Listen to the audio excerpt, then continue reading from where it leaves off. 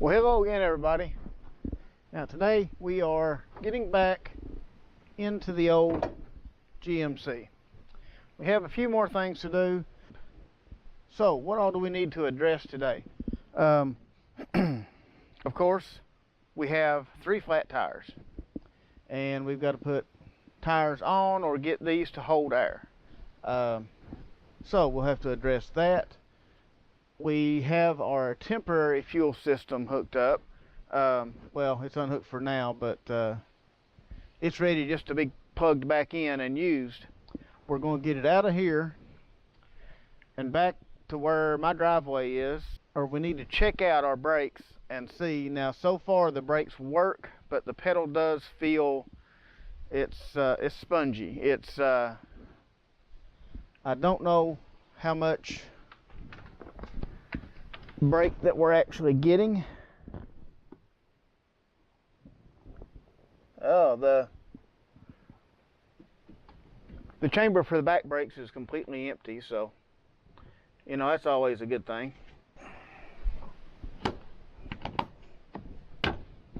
Okay, so first off, the tires.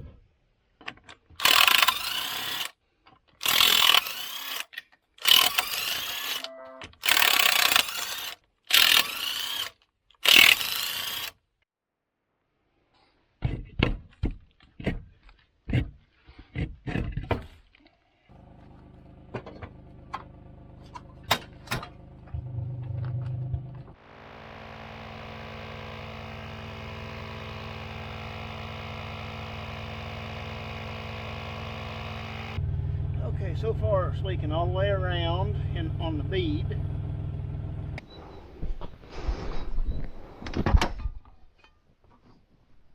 Okay, I'm gonna try to clean that up good. See if we can get a good bead on it. It's gonna need tires anyway, but maybe we can at least get it where we can drive it. There's a lot of dirt in there. I wonder what the feeling. A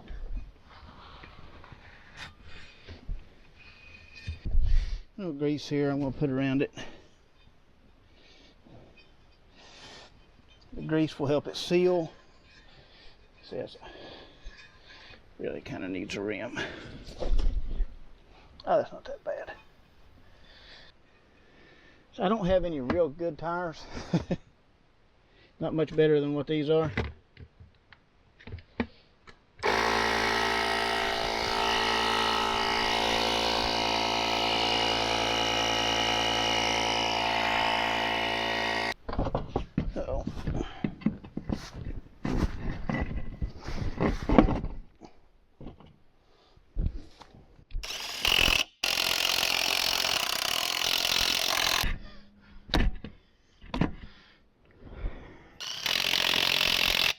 We have 4 tires that are now holding air.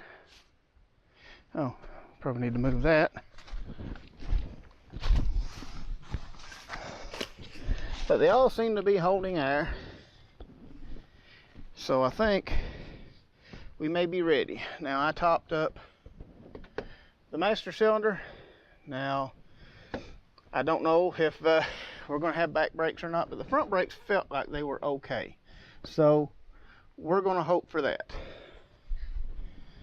Now my fuel system I have rigged up here. Comes from here. I've got the little sprayer thing with this loose so that it can get air. I guess I could leave that a little bit secure and loosen this up. This is a vent. Yeah. Now with that, loose like that. Air should be able to get in there. Okay, we have our pre-filter and our little fuel pump. And I have, well, it's a vacuum gauge that doubles as a pressure gauge as well. So when I do hook up this wire, I've got this little pigtail right here that I can tie this to. And as you can see, when I touch the wire, it comes up. Got it regulated down to about 2 psi with this little regulator here. Got another filter here, and you can see in that filter already, it's a good thing I had that because there is a little piece of something in there, so it's already helped. But okay, it comes from all this. Windshield wiper is holding it. It goes down under the hood behind all the electrical, so you know, sparks and gasoline, that's always a good combination. And goes around and into the carburetor. So we should be about ready to fire this thing up, and we'll put it in first gear and just hope for the best here. So wish me luck.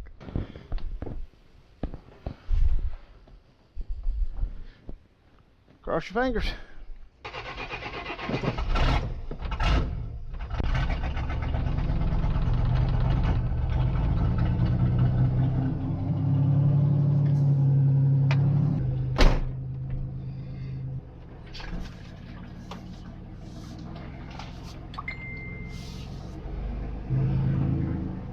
Right here is where that truck is set for quite a few years. I'm not sure exactly how long, but yeah. So now we just need to get it up into the driveway, and I'll see what all we can find out about it.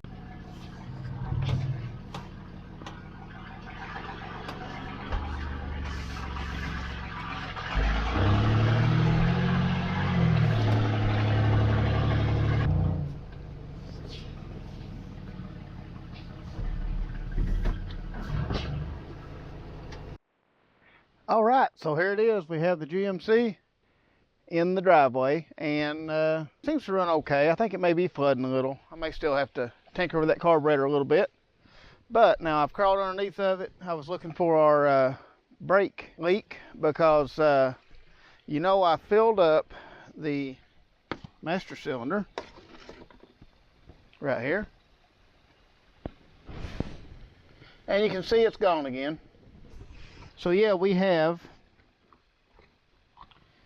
fluid escaping.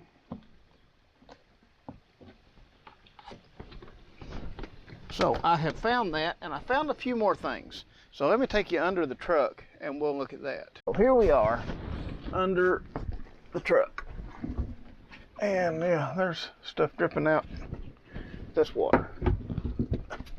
Okay, so right here, that is our problem. The brake line. This all needs to be neatened up.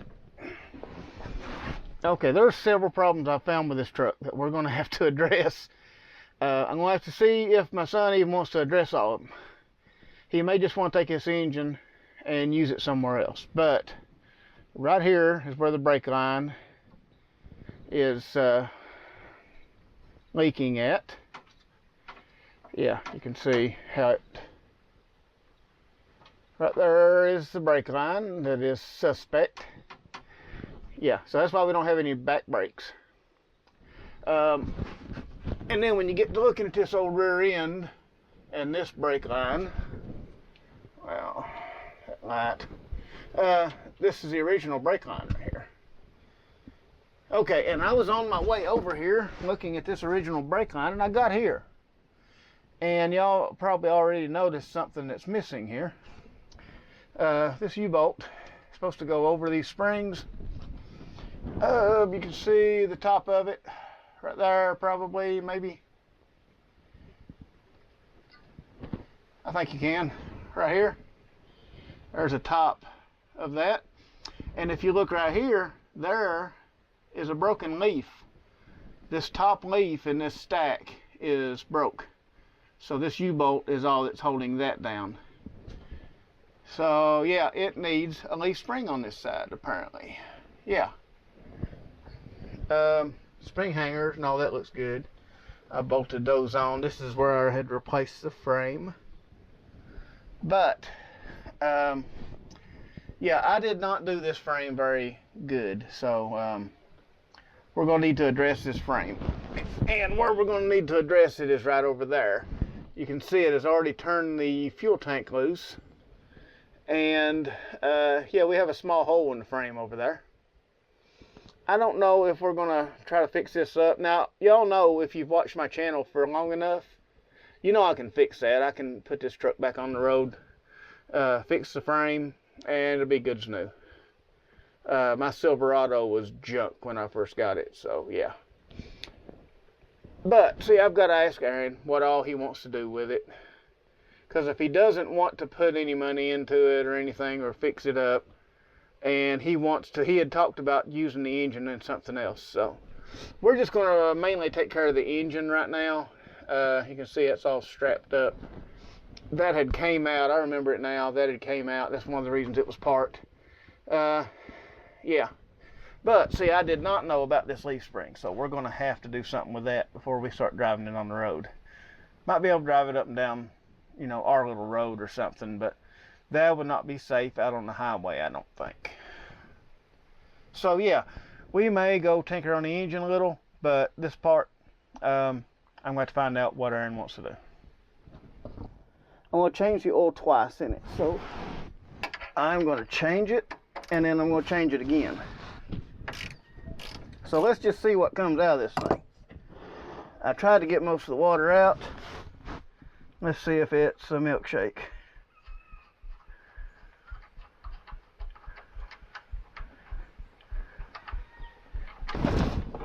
No. No, it's not. But it is very thin.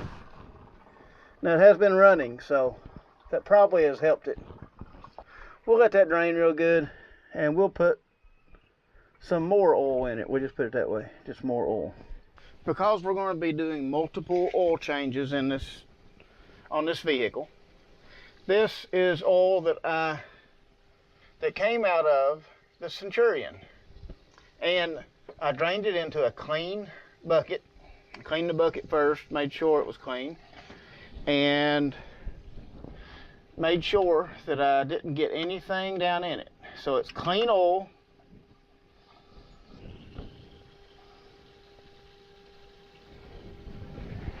Used oil. It doesn't even look that bad for used oil. And then we will give it another change after we have ran this oil for a little while. This cable right here is your TV cable. It's a throttle valve cable that goes to the transmission. This is what determines how your transmission shifts. Seems awfully tight.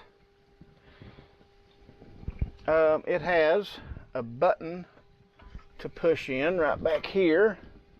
I'm going to have to get a screwdriver or something to push it in, but I'm going to try to adjust that. Okay, so if you can see where my screwdriver is going here, that cable right down there, but y'all are not pointed at all, are you? That cable right there. Okay, it has a button, which you're not going to be able to see, but it's a button. I can put a picture up of one of these types of cables to show you where the button is on them. But there's a button right here that you have to push, and when you push that, it releases the cable. It releases this piece right here, slides out of this piece, so you can adjust the length of the cable. So what we're going to want to do is we're going to want to have it to where it maxes it out when you pull it full throttle, which this is going full throttle, so it might be set already. But what I'm going to do is I'm going to take my little screwdriver and push this button in. Just jam it in there so that it holds that button open. And I'm going to open the throttle wide open. Okay, it pulled it quite a bit. Okay, so now Okay, that is about right. You see how if I pull the very end of this cable, right, it kind of pulls back on it just a little. So yeah, it needed to be adjusted a little bit more. I think we have it now. So when you slam the throttle wide open, it should shift correctly. That's what this is for. It changes your shift points. If this is too loose, you can burn your transmission up, because your transmission will go through all of its gears really fast, and it'll end up in its top gear before you even get took off good. So if this is loose, you can tell that it's got tension on it. If this is loose, you are running the risk of messing your transmission up. Okay, so the fuel tank is out. Y'all didn't miss anything. All I had to do, take a knife. It was just strapped in with a couple of ratchet straps. So y'all really didn't miss anything. It was very, very simple. But we have the tank out, and it was pretty much empty. One thing I do remember about this, that is not the fuel tank for this truck. You can tell that because the top of this has one of those sliding rings. You know, the kind of ring that you put down and you spin it around like that to lock it. Well, the top of this does not have that, and this barely fits in there. About like that. And I do believe we tried to use the original locking ring that came with this tank, and I don't think it was holding. Now if we get it down in here, because this was all loose whenever I pulled this tank down. Well, it'll screw in, kind of. It's broken a little, but it will screw in. As long as we can get it screwed in enough to, yeah, there it goes, to latch it down, then that should hold. Well, it might hold in there. Yeah, we'll silicone around it too and all that. It should be all right. But this, like I said, this is not the original fuel tank for this truck. I don't know what this came out of, but it is not the original. And the reason the fuel gauge wasn't working, the part that goes in here is in there. So we're going to have to get that out. But I think I'm going to get put some water in here and rinse it really, really good. Because it looks like it's just mud in there. It don't even... Yeah, there is no gasoline at all in there.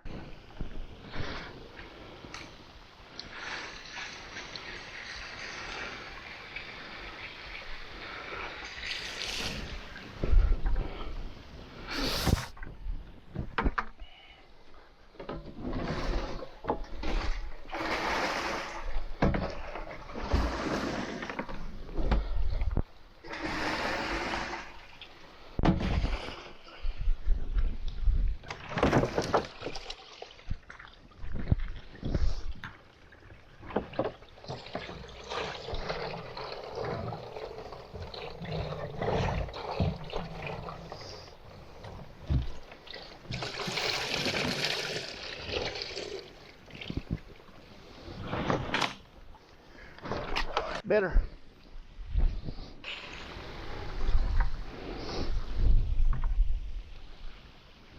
All right, so I have rinsed and rinsed and rinsed on this tank, and I've got about all I can get out of it. So now I have my trusty shop vac here, and I'm going to take and vacuum it out. Once I vacuum it out, I'm going to move the nozzle over to this side, and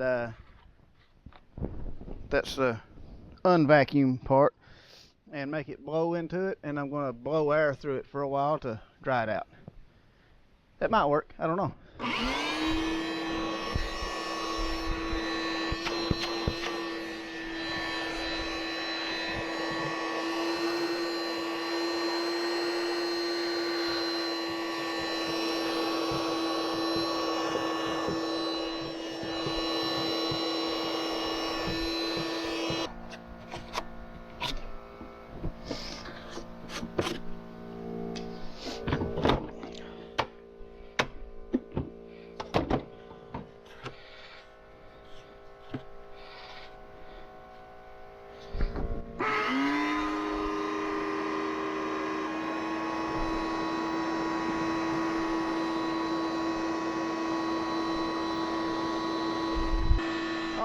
So I guess we'll let that, that feels pretty good.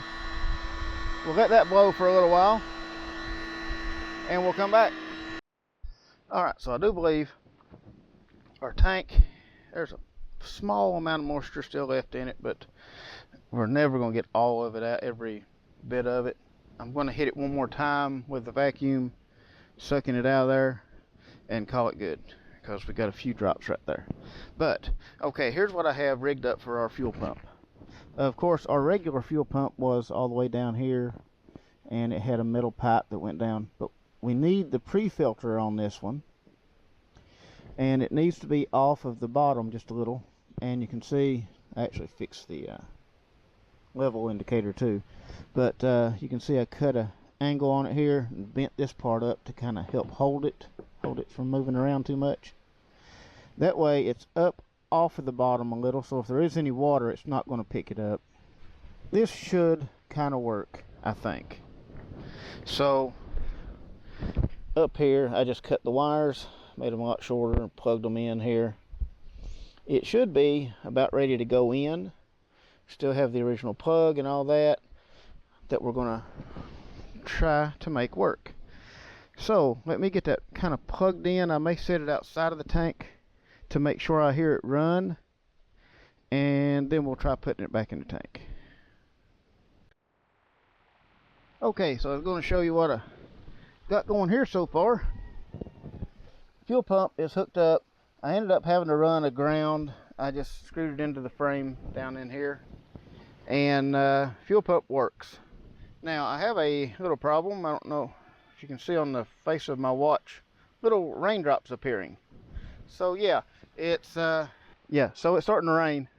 I kind of want to get this gas tank put up before it gets water back in it. So yeah, we may call this video right now, and I'll have to work on it a little bit more. I got to get up with Aaron and ask him some questions and stuff. Got a little bit more tuning to do on the engine, but we should be able to get it to basically run. Anyway, I guess for right now, that's going to be about all for this video. I appreciate everybody watching, and I'll see you on the next one.